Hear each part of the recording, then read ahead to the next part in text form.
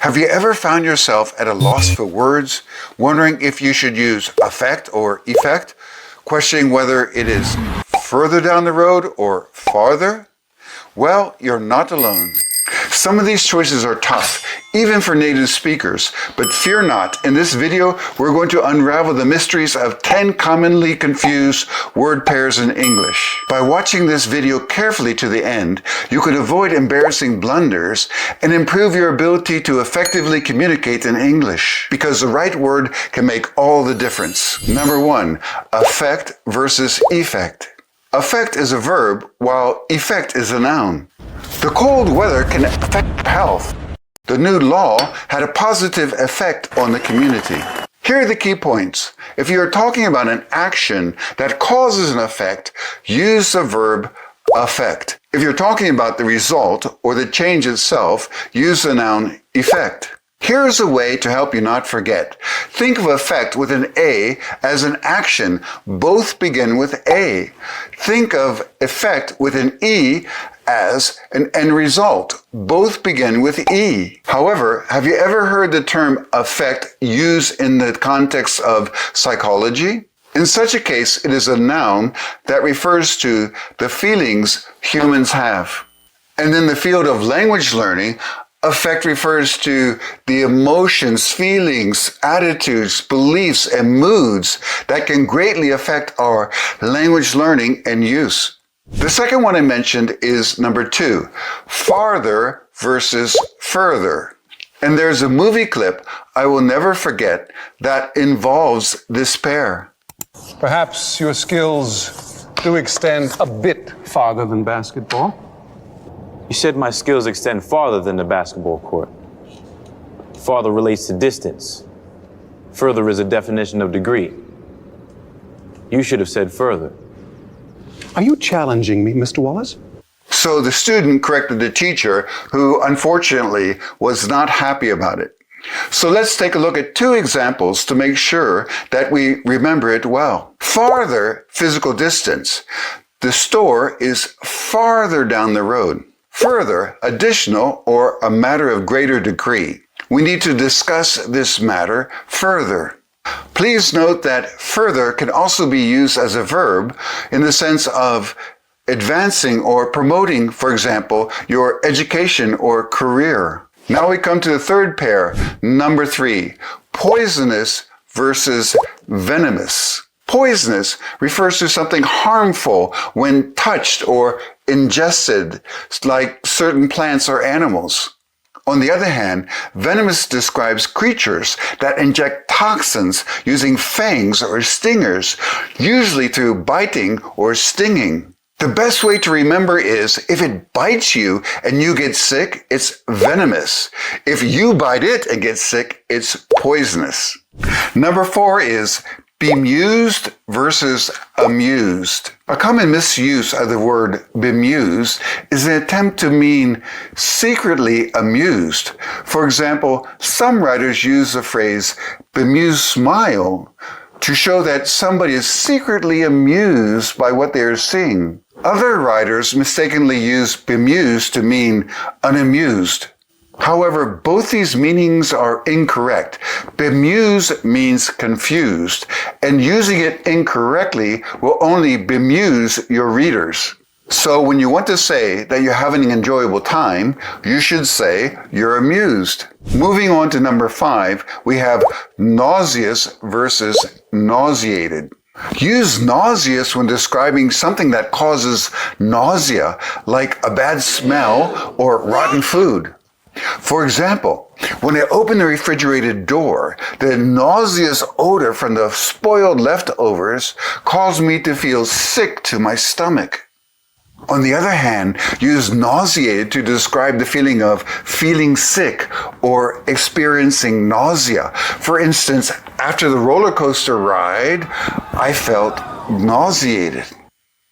So nauseous describes what causes nausea, and nauseated describes the feeling of being sick to your stomach. Next, here's a tricky one that involves a word that does not even exist. Number 6, a lot versus a lot. Writers sometimes misuse a lot when they intend to describe a large quantity. Additionally, the noun-word a lot is thrown into the mix.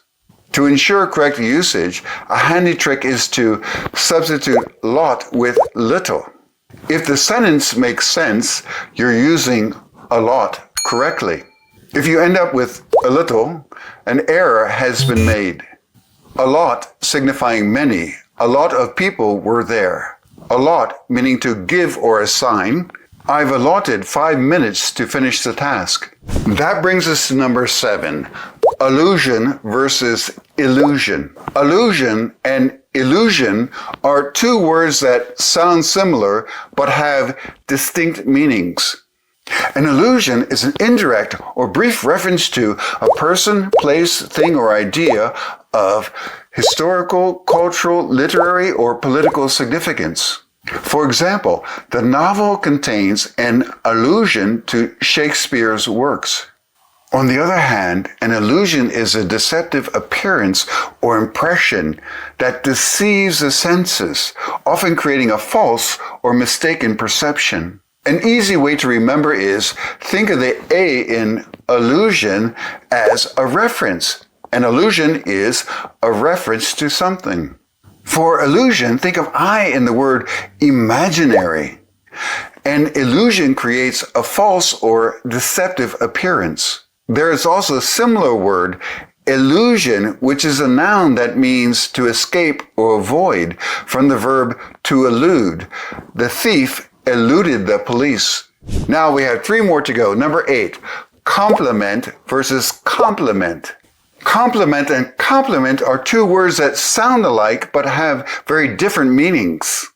We use compliment to say that something goes well with something else. It enhances or perfects it. For example, the red wine perfectly complemented the steak. On the other hand, to compliment is to express praise or admiration. For example, she complimented me on my presentation. For number 9, we have another 2 words that are pronounced similarly but have very different meanings. Elicit versus elicit. Elicit is to obtain a response or information through very skillful or clever questioning or discussion. For example, the detective tried to elicit a confession from the suspect. On the other hand, illicit describes something that is forbidden by law, rules, or custom, not legally permitted or authorized. For example, the business was shut down due to its involvement in illicit activities. Here is an easy way to remember. Think of illicit with an E as to extract or to draw out. You elicit information or response. For illicit, think of the I as in illegal. Illicit activities are not permitted by law. Finally, we have the most controversial one. Number 10, jealous versus envious. I say controversial because many native speakers use jealous when envious is appropriate. They are related terms, but they have distinct meanings and usage. Jealousy often involves a fear of losing someone's affection, attention, or regard to a perceived rival. Envy is about wanting what somebody else has, whether it be their possessions, qualities, or advantages. So if I say I'm going skiing and you say you're jealous, it must mean that you're afraid somebody's going to take me away from you while I'm skiing. Okay, I know many people don't notice that. And you might say, languages evolve and English is evolving. But I still feel that it's a shame to lose the distinction between these words.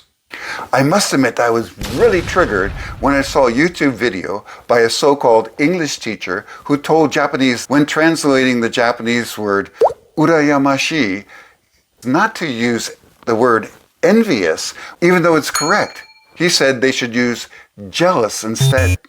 Okay, there you have all 10 of them. So please share your thoughts in the comments below about these and other confusing word pairs, and let's continue the conversation. Let's master the art of clear and precise communication. If you haven't already, Please subscribe and join our community committed to enhancing language proficiency. Please let me know if you like this type of content and would like to see more. See you in the next video.